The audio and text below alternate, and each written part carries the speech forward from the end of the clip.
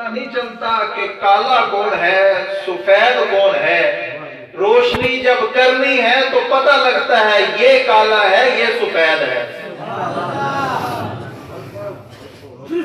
ظلم آتا ہے اندھیرا ہے پتہ نہیں ہے اپنا کون ہے.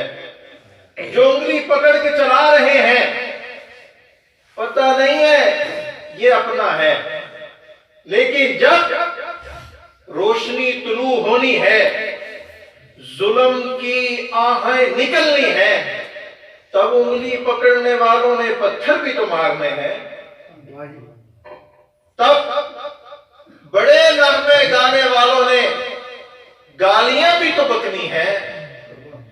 تب پتہ چلے گا نا کہ گھر والا کون ہے غار والا کون ہے. تب پتہ چلے گا نا کہ ساتھ نبھانے والا کون ہے ساتھ چلنے والا کون ہے. تب پتہ چلے گا نا کہ کھلانے والا کون ہے اور کندھوں پر اٹھانے والا کون ہے. یہ تو اللہ نے تمیز بیان کرنی تھی تاکہ کالے اور گورے کا پتہ چل جائے. نہیں تو بڑے شوق سے پل رہے تھے آدم کی اولاد بڑے مزے میں تھے. اللہ نے ڈالا نا فتنہ قتل کر دیا نا بھائی کو. اب پھر قتل کرنے کے بعد خود پریشان ہے کہ کروں کیا. میرا رب تو میرا رب ہے. وہ ظالم کو بھی رہنمائی اس نے دی کہ تو نے مظلوم کو مارا تو ہے لیکن اس کی اتنی تو عزت کر کے اس کو زمین میں دفنا دے. سامعین محترم بات چل رہی ہے کہ پتہ تو چلے نا کہ گھر والا کون ساتھ نبھانے والا کون اور وہ کون ہے جو رنگ کا تو کالا ہے لیکن کوڑے کھانے والا ہے. ہمیں تو بڑوں نے کہا بڑوں نے دعوے کیے پیسہ دیں گے دولت دیں گے چاند رکھ دیں گے ہتھیلی پر. لیکن ہائے وہ دولت والا نہیں تھا وہ پیسے والا نہیں تھا. اس کے پاس چاند نہ تھے اس کو رکھنے کو بستر نہ تھا انگارے تھے. اس نے یہ نہیں کہا کہ پیچھے ہٹتا ہوں. اس نے یہ نہیں کہا کہ اب بس ہو گئی. اس کو پڑھتی بھی تھی وہ عہد کہتا تھا اس کو لگتی بھی تھی وہ عہد کہتا تھا. اب پتہ چلا نا کہ جو پیدا ہونے پہ خوشی منا رہے تھے اب پتہ چلا نا جو پیدا ہونے پہ کھانے تقسیم کر رہے تھے لیکن جب نور آیا ہے تو سچا کون ہے جھوٹا کون ہے پھانسی پہ چڑھنے والا کون ہے پھانسی دینے والا کون ہے. آپ علیہ السلام نے فرمایا اللہ رب العزت نے ساری جتنی بھی لوگ اس دنیا میں آنے تھے سب کے دلوں کو دیکھا. سب سے جو اچھے پائے انبیاء علیہ السلام کے لیے قبول فرما لیا. اس کے بعد اللہ رب العزت نے پھر دلوں کو دیکھا.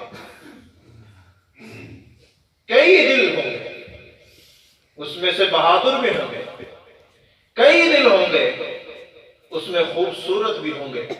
سب سے اچھے جو دل پائے میرے صحابہ کے لیے قبول فرما. سب سے خوبصورت دل یہی تو خوبصورتی ہے نا دل کی کہ اس کو جب پھندے پر لٹکایا جا رہا ہے تو وہ کہتا ہے کہ مجھے 2 رکعت پڑھ لینے دو. تو کہتے 2 رکعت کس لیے؟ اس لیے کہ موت میں تاخیر ہو جائے گی. کہا نہیں موت سے تو ہم ڈرے ہی نہیں. جب پھندے پہ لٹکایا گیا نیزہ مارا گیا جب نیزہ مارا تو چہرہ بیت اللہ کی طرف تھا تو انہوں نے کہا کہ بیت اللہ سے چہرہ ہٹا دو. خود ہی نیزے کو ڈھیلا کیا اور چہرے کا رخ بدل دیا اور تو نے کہا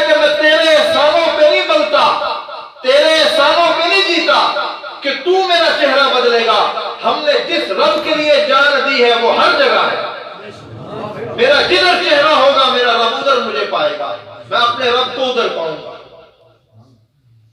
سامعین محترم, جب دینے لگے سولی تو کہا کہ اگر تو یہ چاہے کہ تیری جگہ تیرا نبی ہو تو کیسا محسوس کرے گا؟ بکھرے ہوئے شیر کے انداز میں بولا کہ تو میرے جسم کے ٹکڑے کر دے, میں تو یہ بھی نہ چاہوں کہ میرے نبی کو کانٹا چبھے. یہ تھے وہ دل جس کو میرے رب نے پسند کیا تھا. یہ تھے وہ عظیم دل جو صحابہ کے سینوں میں بستے تھے. یہ تھے وہ عظیم نمونے جن کی مثالیں اللہ نے دی ہیں کہ اگر ایمان لانا ہے تو ان جیسا لاؤ. ہمارے بزرگ فرمایا کرتے تھے کہ اللہ نے ایمان کو سجا کر, اللہ نے ایمان کا میک اپ کر کے, پنجابی میں کہتے ہیں اللہ نے ایمان کو گانے پا کے, اللہ نے ایمان کا میک اپ کر کے, اللہ نے ایمان کو سرخیاں لا کے, اللہ نے ایمان کو دلہن بنا کے صحابہ دے دل دے میں سجا دیتا. اور اگر ایمان لانا ہے تو کیسے لاؤ گے؟ جیسے بلال لایا. اگر ایمان لانا ہے تو کیسے لاؤ گے؟ جیسے خبیب لے کر آئے. یہ احد کا دن ہے,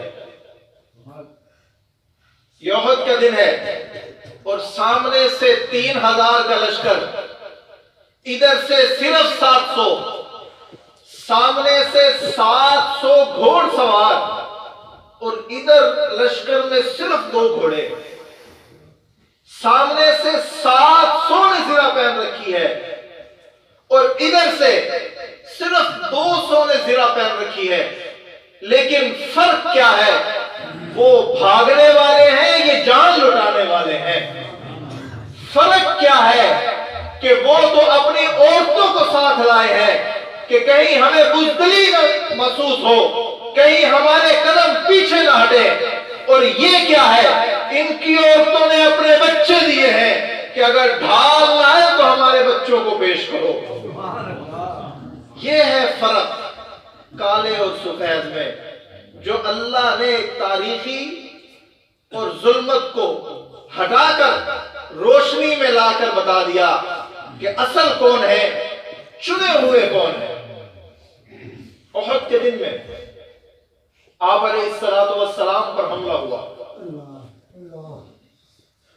اس نے حملہ کیا,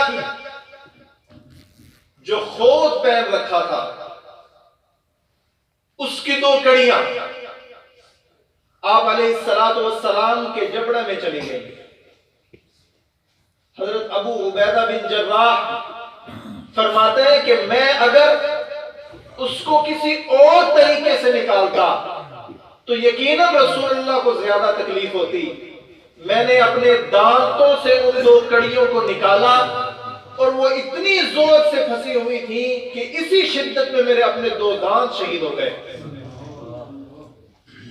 ایک پہلوان نے جب آپ علیہ السلام کو پتھر مارا, پتھر لگا, آپ علیہ السلام پیچھے کھائی میں گر گئے اور سر زخمی ہو گیا. وہ پہلوان کہنے لگا یہ تھا بدلہ, یہ ہے پہلوان کی کاریگری. آپ نے فرمایا تو اس سے اللہ انتقام لے گا. اس نے تو پتھر مارا تھا اور حضور تو چند زخم آئے. اللہ نے اس پر وہ پہاڑی بکرا نازل کیا جس نے اس کے اپنے سینگوں سے ٹکڑے کر دیے.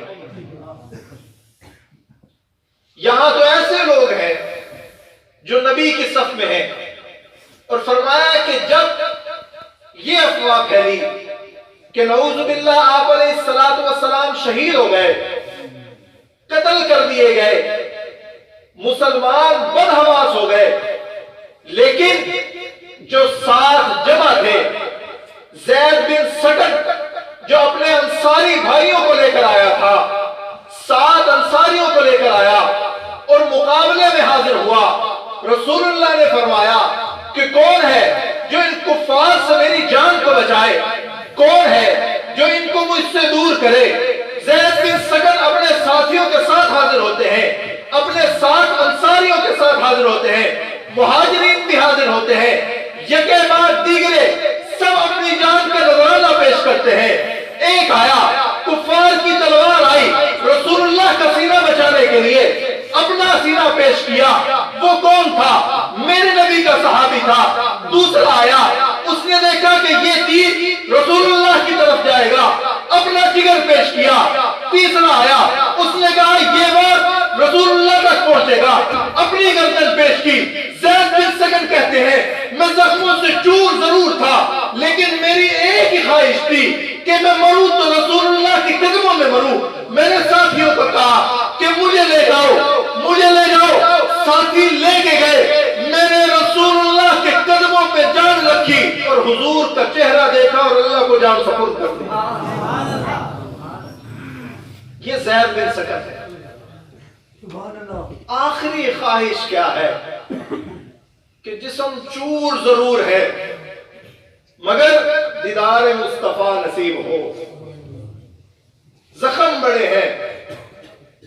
آپ علیہ السلام نے ایک تلوار نکالی اور فرمایا من یأخذ هذا السیف بحقہ، کون لے گا اس تلوار کو اس تلوار کے حق کے ساتھ؟ حضرت ابو دجانہ فرماتے ہیں کہ یا رسول اللہ اس تلوار کا حق کیا ہے؟ آپ نے فرمایا کہ یہ تلوار کافروں پر اٹھے، مسلمانوں پر نہیں، اور یہ اتنی اٹھے کہ ان کے سر خم ہو جائیں۔ حضرت ابو دجانہ نے فرمایا یا رسول اللہ میں اس تلوار کا حق ادا کروں گا۔